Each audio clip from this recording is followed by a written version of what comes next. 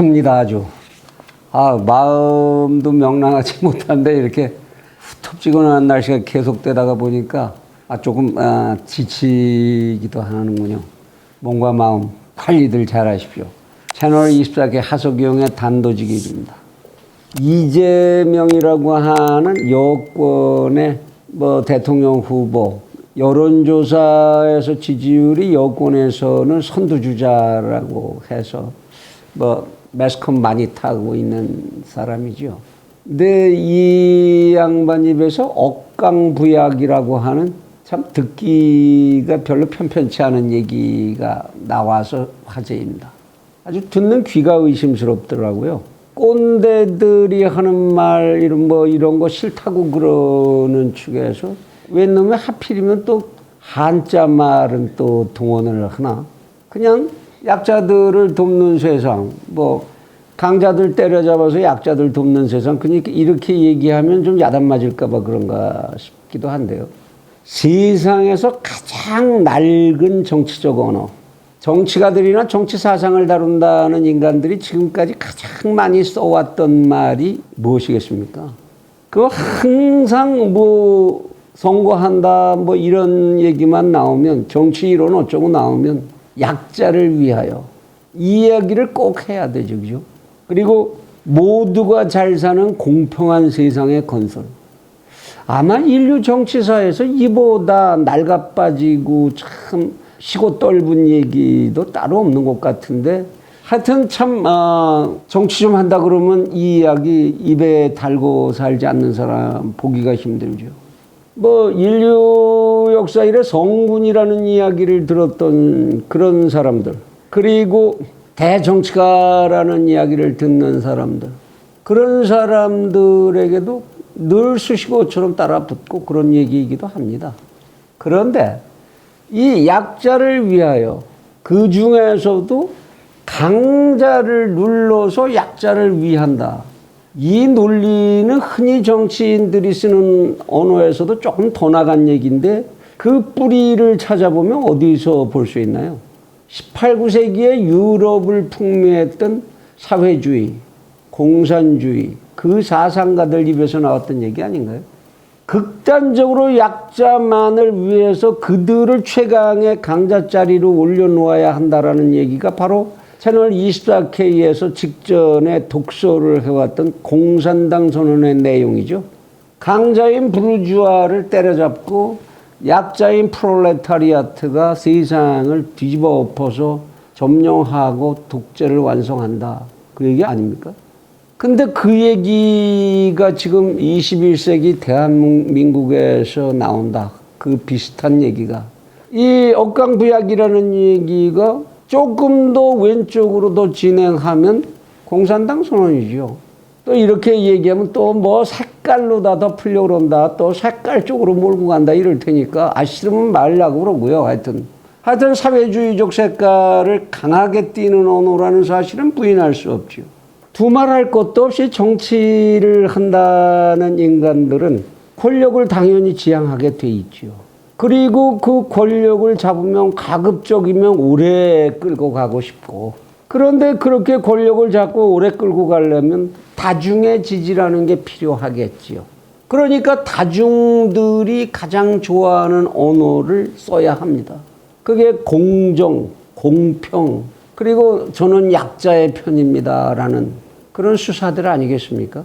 세상에 인간이 사는 어느 영역을 들여다봐도 어느 영역이든지 강자보다는 약자가 엄청 많지요, 당연히. 노래를 부르는 가수들 영역을 보시자고요. 모두가 BTS가 될 수는 없는 거 아닙니까? 빚 못 보는 가수들이 훨씬 많죠. 어느 영역은 안 그렇습니까? 정치하는 자신들을 봐도 거기서 승자가 많겠습니까? 패자가 많겠습니까?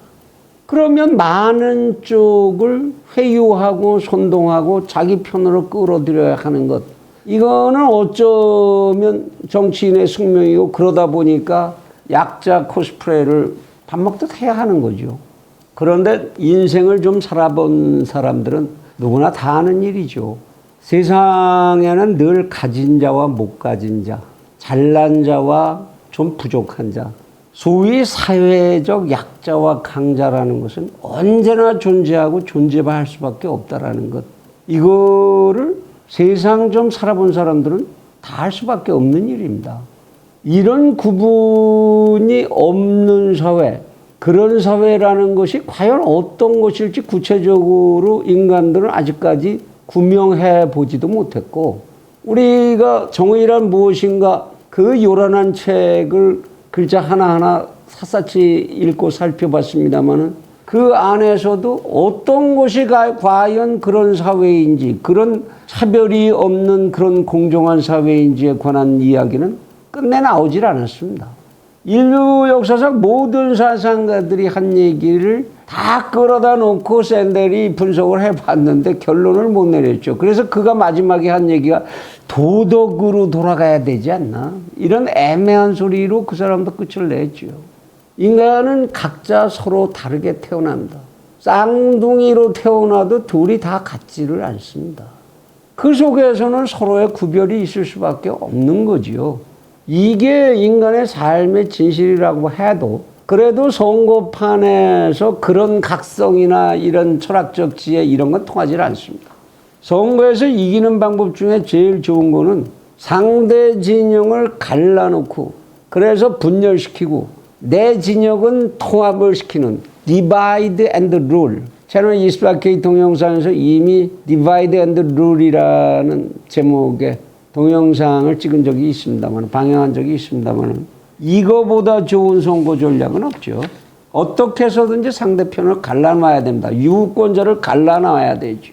지가 100% 가질 수는 없는 거라면 갈라놓고 상대적으로 좀 많은 쪽을 내 편으로 하는, 그게 가장 유력한 선거 전략이 되는 거죠.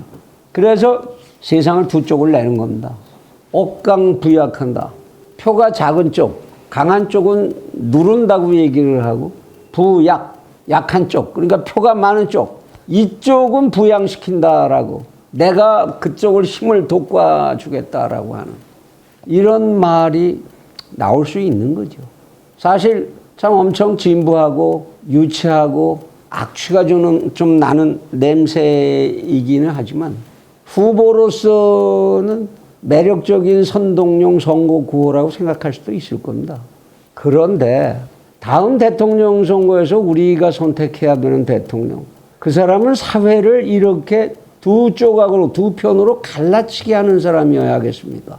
다음 대통령의 최대 과제가 있다면 이 사회를 어떻게 해서든지 국가 존립의 목표에 맞도록 통합시키는 행위, 그것을 이뤄낼 수 있는 사람, 그런 사람이 돼야 되는 것 아니겠습니까?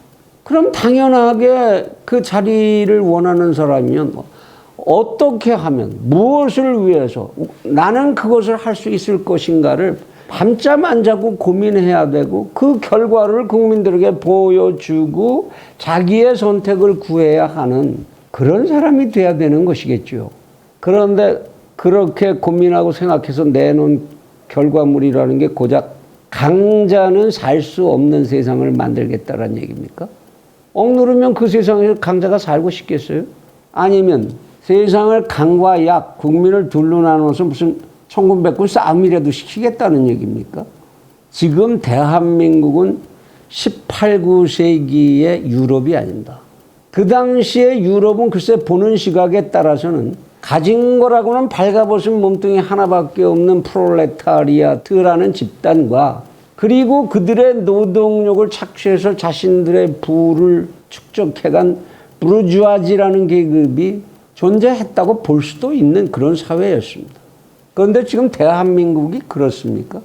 대한민국에 가진 거라고는 몸뚱이 하나, 노동력 하나밖에 없는 프롤레타리아트라는 계급이 존재합니까? 광화문과 종로를 만날 점령하는 노조가 그들입니까? 그들이 프롤레타리아트입니까? 그리고 대한민국의 그 프롤레타리아트들의 잉여같이 노동을 착취하는 그런 잔인무도한 부르주아가, 그런 부르주아지라는 계급이 존재합니까? 왜 이 나라에 평화롭게 살아가는 국민들을 당신들은 프롤레타리아예요, 분노해야 돼요. 왜 이렇게 선동을 해야 하지요? 오늘날 대한민국의 많은 국민들은 자기 스스로의 행복을 자기 스스로 만들어 갈 줄도 알고 자기 인생의 가치를 자기 스스로 찾아갈 줄도 압니다. 이 나라 경제 수준 만날 세계 10대 국가고 그렇다면서요. 이 나라 그렇게 민주주의가 발달한 나라라면서요. 이 나라 대통령이 맨날 이 나라 그렇게 살판난 나라 됐다고 자랑하지 않습니까? 근데 왜 이 시대 이 시점에서 억강부약, 부르주아는 누르고 프롤레타리아트는 키우고 그런 얘기가 왜 나와야 합니까? 자신이 권력자가 되기 위해서는 온 국민을 다 바보로 만들어도 상관없다 그런 얘기입니까? 21세기의 대한민국은 지금 풀어야 하는 과제가 재주 있고 능력 있는 사람들은 그 재주와 능력을 더욱더 발휘하도록 사회가 도와야 하고 다소 능력 떨어지고 재주 떨어지는 사람들은 그들이 재주 있는 사람들이 돼서 인생의 가치를 좀 더 자기 스스로 높이 만들 수 있도록 도와야 하는 그런 시점에 있는 나라입니다. 또 그럴 수 있는 나라입니다. 강자는 약자를 돕고 약자는 그러한 도움을 발판으로 해서 자기 스스로를 키우고 강자의 위치로 올라갈 수 있도록 서로 상부상조하는 사회, 그런 사회를 만들겠다고 해야 그것이 지도자의 목표로서 가치가 있는 것 아니겠습니까? 이 사회는 원래가 가장 원시적인 상태에서도 강자가 약자를 돕고 약자는 그거를 기반으로 해서 스스로도 강자가 되기 위한 꿈을 꾸면서 성장해가는 겁니다. 한 가정의 이해, 부모 자식 간의 이해를 들어보시죠. 자식은 이 세상에 태어났을 때 빨가벗은 핏덩이로 태어났을 때 세상에서 가장 약자입니다. 그거를 강자인 부모들이 지켜주고 도와서 그래서 이 약자를 차차차차 강자로 만들어내지요. 그리고 부모들이 노년이 돼서 사회적 약자가 됐을 때 그 자녀들은 그 약자들을 다시 또 도와서 행복한 말년과 아름다운 마침을 할 수 있도록 돕습니다.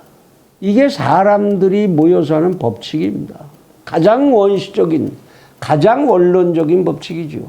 이런 미덕을 모두 깨뜨리고 마치 사회는 너와 나 아무 상관도 없는 강자와 약자의 투쟁의 장이라고 만들어 놓은 인간들, 그게 소위 덜 떨어진 사상가라고 하는 집단과 그리고 정치인이라고 하는 그를 이용해서 자기들의 권력을 강화하려고만 파렴치한 정치인들이 존재했던 그런 탓이지요. 한 나라의 대통령이 된다면 100번이라도 더 강조하지만 강자는 약자를 돕고 약자는 강자의 그런 도움을 고마워하고 그리고 그를 바탕으로 해서 자기 자신을 또 하나의 강자로 성숙시키고 그래서 이런 힘들이 전부 결합해서 정말 남부러울 게 없이 살아가는 그러한 나라, 그러한 나라를 만들겠다는 범국민적인 철학을 조성하고 그 분위기를 앞장서서 끌어가는 그런 사람이어야 할 겁니다. 강자와 약자가 존재하되 서로 공존할 수 있는 사회, 그 공존이 정말로 사회적 힘이 될 수 있는, 국가의 힘이 될 수 있는 사회, 우리는 그런 사회를 원하는 것이 아니겠습니까? 정말로 억강부약해야 됩니까? 한자말로 매듭을 짓자면 저 같으면 부강부약하는 사회가 되어야 한다. 그렇게 말씀드리고 싶습니다. 사회를 분열시키고 그걸로 인해서 득을 보려고 하는 그런 권력자가 있다면 그야말로 그가 곧 적폐이고 이 사회로부터 제거되어야 하는 그런 인사라고 해야 되겠죠. 이런 어처구니 없는 시대에 뒤떨어진 주장이나 내세우는 사람, 이 사람이 또 대한민국 건국의 역사를 가지고 시비를 걸어가지고 참 사람을 기가 막히게 합니다. 여기 관해서는 다음 동영상에서 다시 한번 다루기로 합니다.